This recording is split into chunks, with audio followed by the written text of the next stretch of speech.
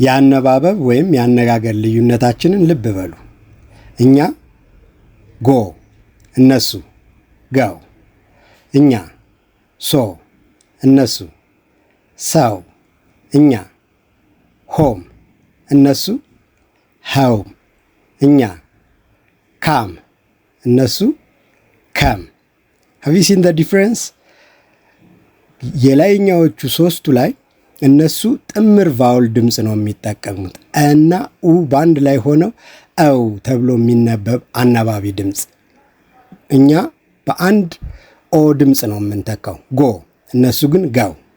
ሶ ሰው፣ ሆም ሃውም።